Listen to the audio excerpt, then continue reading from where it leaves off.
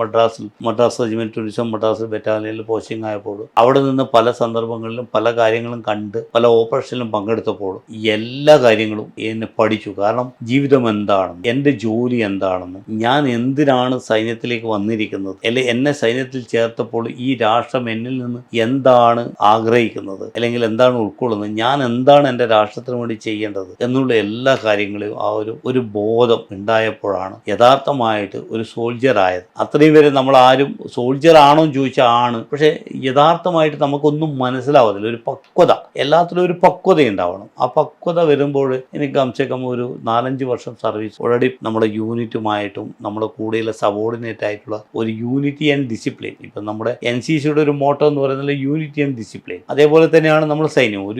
ഇതിൽ ഒരു one man show അല്ല, നമ്മളൊരു ടീം വർക്കാണിത്. സൈന്യത്തിലുള്ള ഒരു ടീം വർക്കാണ്. അപ്പോൾ ആ ടീമുമായിട്ട് കോർഡിനേറ്റ് ചെയ്ത് എങ്ങനെയൊക്കെ കാര്യങ്ങൾ കൈകാര്യം ചെയ്യാം എന്നുള്ള വിഷയങ്ങളൊക്കെ പഠിക്കണമെങ്കിൽ ഒരു സോൾജർ ആയാൽ മാത്രമേ ഒരാൾക്കാർക്ക് ഒരു കമാൻഡോ ആകാൻ പറ്റൂ. ഞാൻ ഒരു സോൾജറായി. ആ സോൾജർ ആയതിനു ശേഷം ഞാൻ ആദ്യം സഹനശക്തിയും മറ്റുള്ള കാര്യങ്ങളൊക്കെ പഠിച്ചു. അങ്ങനെ എനിക്ക് കമാൻഡോ പോകണം എന്ന രീതിയിൽ എന്നെ ഡീറ്റെയിൽ ചെയ്തു. ഇങ്ങനെ കമാൻഡോ ഫോഴ്സിലേക്ക് പോകണം. അപ്പോൾ അങ്ങനെ പോകണം എന്ന് പറഞ്ഞപ്പോൾ ഞാൻ അതിൻ്റെ ട്രെയിനിങ് ഒക്കെ ചെയ്തു. ആ ട്രെയിനിങ്ങൊക്കെ പാസ്സായി.